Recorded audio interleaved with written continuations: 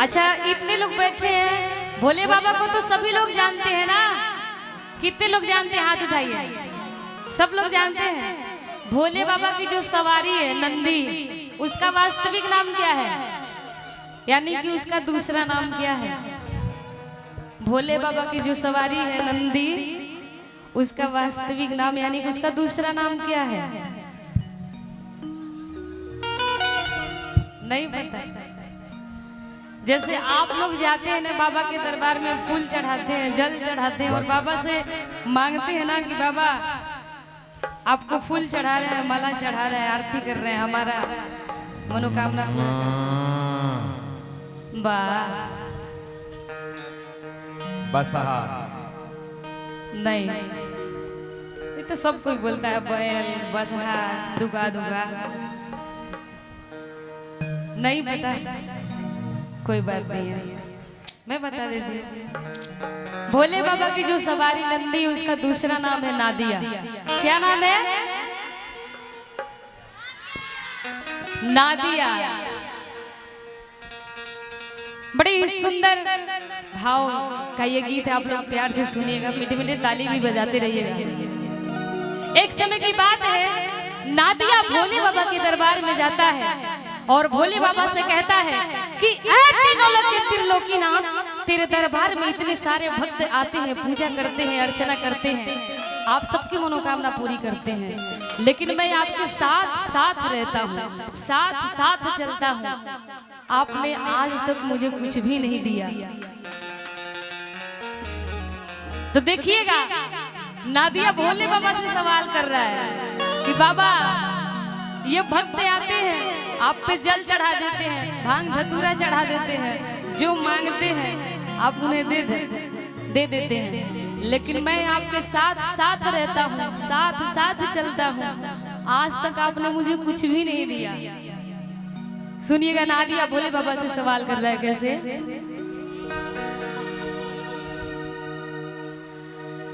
शिव शंकर डमरू वाले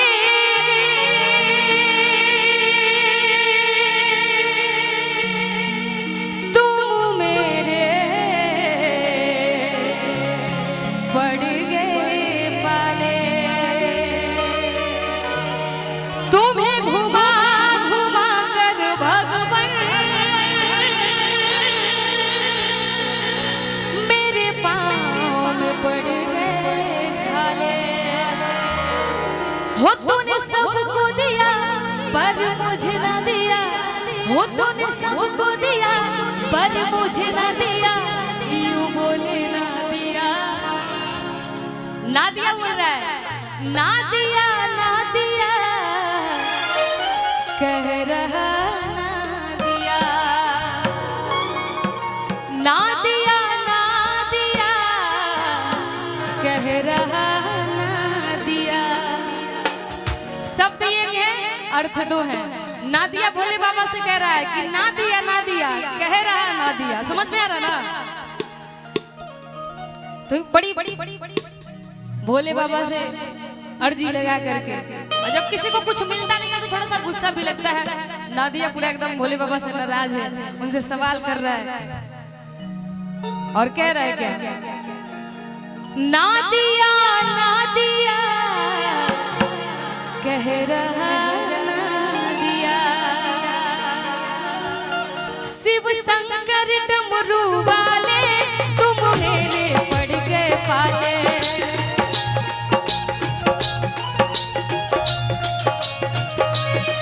तुम्हें घुमा घुमा कर भगवान मेरे पाँव में पड़ गए छाले।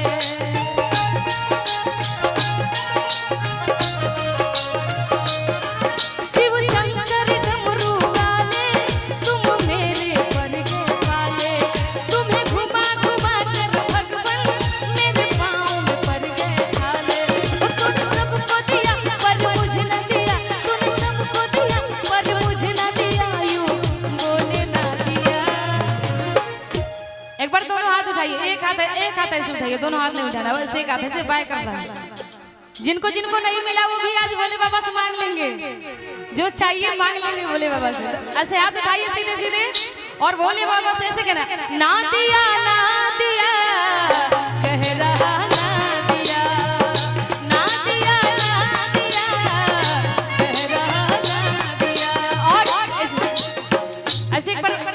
उठाइए ना, बड़ी प्यारा लग रहा है भैया। कैमरा वाला थोड़ा सा उधर भी घुमा दीजिए, ये लोग भी आ जाएंगे तो यूट्यूब पर सर्च करेंगे ना ऐसे। हाथ उठा लीजिए माँ, आप भी उठाइए हाथ उठा के, और बाबा से कहना ना दिया ना दिया कह रहा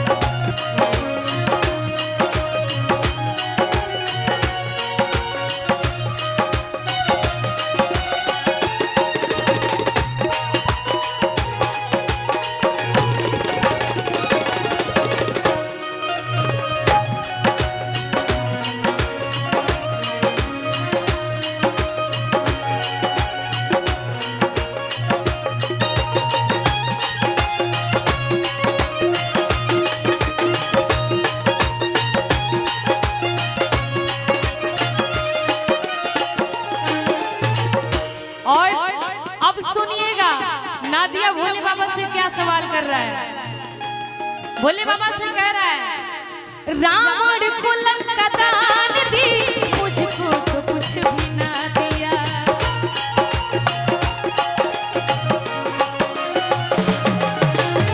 भस्मासुर को वर दिया, मुझको तो कुछ भी ना दिया।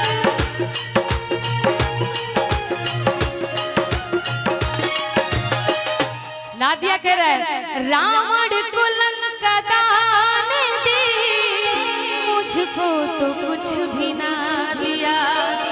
भस्मासुर को वर दिया, मुझको तो कुछ भी ना दिया। तेरे छाँव में पला दिया मन का जला, तेरे छाँव में पला दिया मन का जला। यूं बोले ना दिया ना दिया ना दिया, कह रहा ना दिया ना दिया ना दिया, कह रहा ना दिया।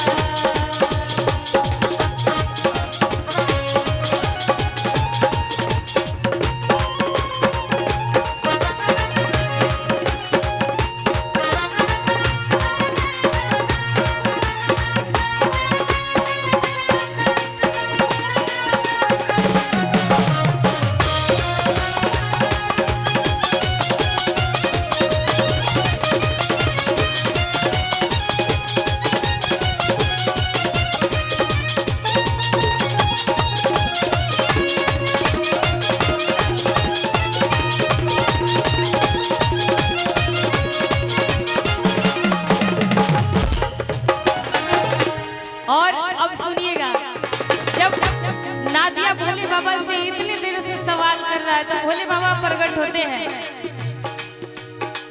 और भोले बाबा प्रकट कैसे होते हैं? जब प्रकट होते हैं भोले बाबा कह रहे हैं नादिया से, सुन नदिया भोले भाले, क्यों फिक्र करे मेरे लाले।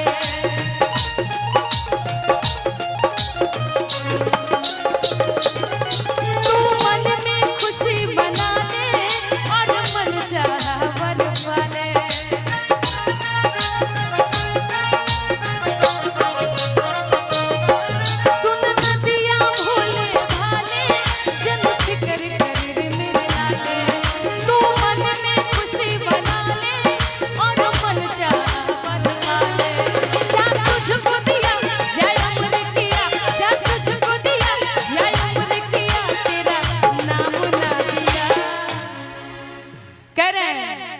जा तुझको दिया जय अमर किया तेरा नाम ना दिया। जब इतना सुनता ना दिया तो फिर सवाल करता है बाबा नाम तो आपने मुझे पहले से ही दे रखा है, इसके अलावा आपने मुझे क्या दिया।